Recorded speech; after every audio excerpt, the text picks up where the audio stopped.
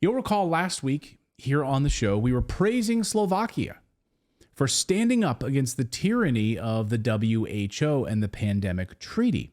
Well, if you're a pro-peace leader who stands up against the tyranny of the WEF or the WHO, you will be shot, you will be assassinated, or an attempted assassination on your life.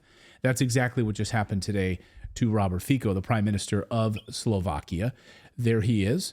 On better days, Slovakia's Prime Minister, who's just been compared to Donald Trump, by the way. Anytime these guys get compared to Donald Trump, something bad seems to happen to them. They end up getting in trouble. Imran Khan, you name it, they end up getting shot. They get imprisoned. So maybe they want to hold off on calling people like he's like a Donald Trump. Viktor Orban, of course, they've been gunning for him as tough as they can. He is in critical condition right now, is the Prime Minister of Slovakia, after being shot multiple times. And listening to the footage, watching the footage, we're not going to show it here tonight because what will happen is YouTube will block us if we show it. You can seek it out on X if you want to see it. And you can clearly see the 71-year-old assailant firing multiple shots.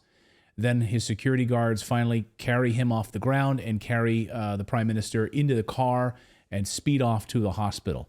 That's what happened. According to the BBC, witnesses heard 3 or 4 shots. Again, I counted 4 shots.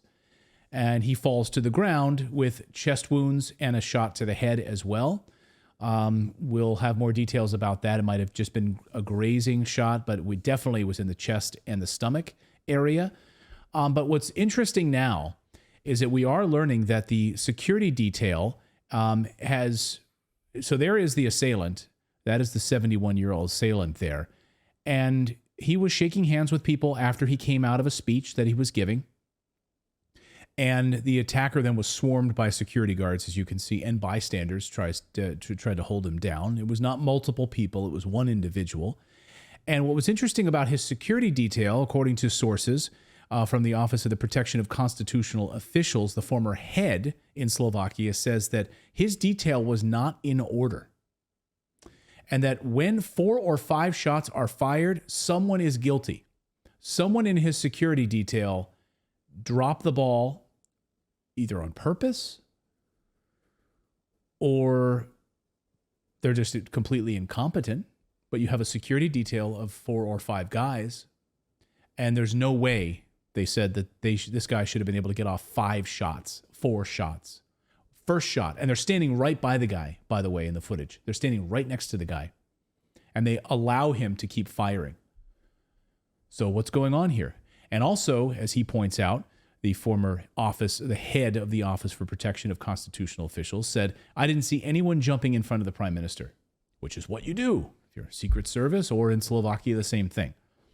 And he also said there should have been security detail inside the crowd on the other side of the metal barrier where the shooter was.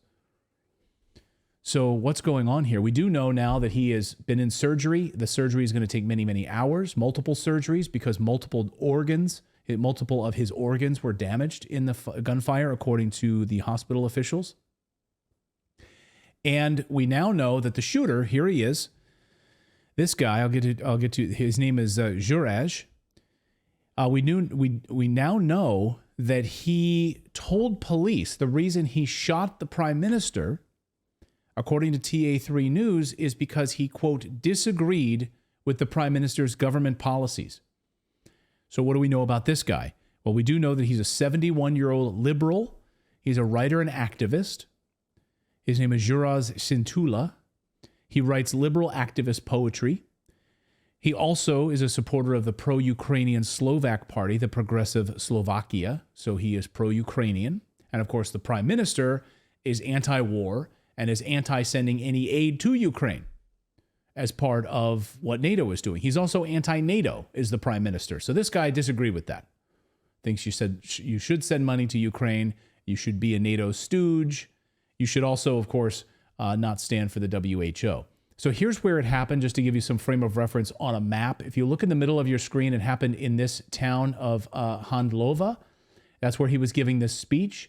And they flew him to Banksa, I don't know how to say this, Bankska by Strika, because it's very close by helicopter. instead of flying him all the way back to the left side of your screen to the capital of Bratislava. So they flew him right there, which was about an hour away, instead of flying him all the way back to Bratislava, the capital. And this is an area that he's well loved. I mean, this is an area of the country that he's well respected, well liked, has a lot of support here. So it's very interesting, and maybe that's why they chose this spot, or whomever was involved in choosing this spot. Was it the CIA involved in this? Just a question. It's very interesting how security detail would not be in order. Security guards moved away from the shooter, allowing him to get off 5 different shots.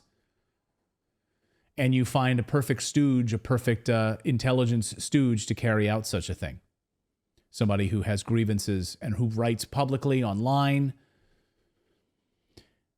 So this assassination attempt came only days after the prime minister formally and publicly rejected the WHO, something we celebrated here on the show. We pointed it out. If you'll recall, we talked about Slovakia. Like, way to go, Slovakia. Way to go for standing up against the tyranny of the World Economic Forum and the World Health Organization, against the pandemic treaty. Here he was saying he would absolutely reject it. This was just 4 days ago. Ak mal niekto iný názor, na očkovanie proti covidu bol nebezpečný pre spoločnosť. Média otvorene písali, veď si to pamätáte, ja teraz citujem, že každý nezaočkovaný by mal kvíriť od bolesti ako prasa. Ba treba aj použiť silu, ak niekto odmieta politiku ihly.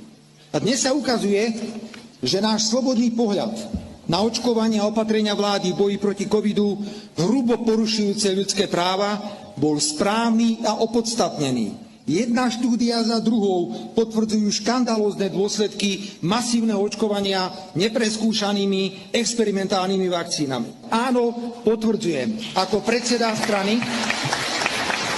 a potvrdzujem to aj ako predseda vlády, že podporím úsilie niektorých politikov novej vládnej koalície politicky zhodnotiť, čo to tu vláda v rokoch 2020 až 2021 vystrájala, a pozrieť sa aj na finančnú stránku plošných, často úplne nezmyselných nákupov zdravotníckych pomôcok a vakcín. Rovnako veľmi jasne prehlasujem, že Smer Slovenská sociálna demokracia nebude podporovať posilnenie právomocí Svetovej zdravotníckej organizácie na úkor suverénnych štátov pri riadení boja proti pandémiám. Huge applause for that. I will not, as Prime Minister, stand with the World Health Organization and these pandemic treaties taking away sovereign power from our government. I will not do it. I will not stand with that. He was the lonely voice, of course, calling out for the war, calling out against the war in Ukraine. I will not send aid. I will not send weapons. We will not send money. We will not be a NATO stooge. And of course, NATO had been really needling and really trying to push an influence inside of Slovakia for the past number of months.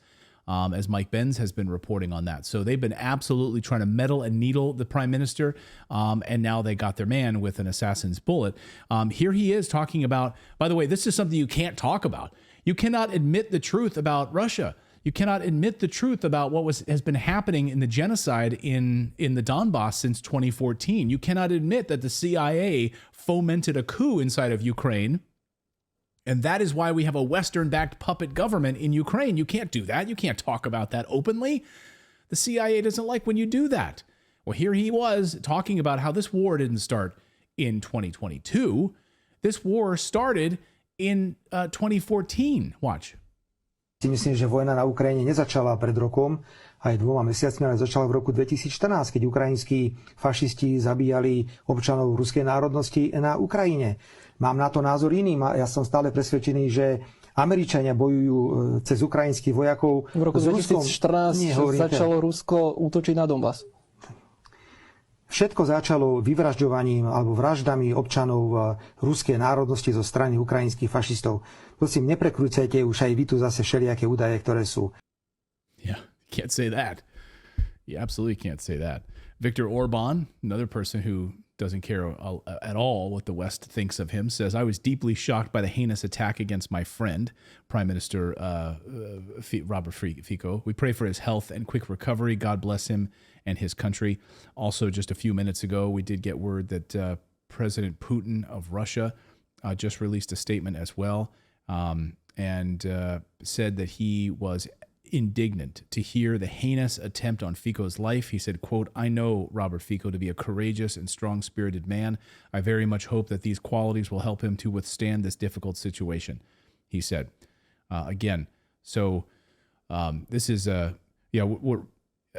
wonder what other world leaders we're going to hear from that are going to offer their condolences. Yeah, I wonder if Biden's going to come out and Macron. We'll see if Biden says anything about that. I wonder if Trump will say something about it. It'll be interesting to hear that. Yeah, I mean, you just think about the long list of people though who've been come out against this sort of government overreach. The in Japan, who was assassinated, Abe, right? I mean, they were calling him like Japan's Trump, right? Then he was killed. The same thing here. You're calling him, Slovakia's Trump. He gets shot. It's just, there's a long list of them right now, and it's really, really troubling in Latin America and in Europe. Look at Georgia right now. I mean, look at the country of Georgia, for instance. The White House is really not happy that Georgia is outlawing NGOs, non-governmental organizations. Imagine that, because coming up here in the show in just a few minutes, we're going to talk about NGOs and how they literally run the United States government. So Georgia is saying, no, we're outlawing them. We will have a government for the people. We're not going to have a government run by NGOs. And the White House is upset with them about that. They don't want that. And of course, that pushes them further away from NATO and all of that. So just a lot of moving pieces tonight, but just, again, a lot of fishiness around this. Do you guys think that this guy was a random lone shooter? He was just some guy in his apartment that was fed up with government policies? Or is it a little too convenient that the security detail was out of order and allowed this guy to get off 4 or 5 shots, and no one wrestled him to the ground until after those shots and after the prime minister was shot? And he happens to be pro-Ukrainian. He happens to be supporter. He happens to be a liberal activist. It's just all very convenient. But I don't believe in coincidences on this show. Let me know what your thoughts are on that. I really hope you enjoyed watching this video. YouTube thinks that you'll actually like this next video right here. It's personalized based on your own viewing habits. So if you watch the video, please leave a comment. Let us know what you think about it. And we will see you next time, everyone.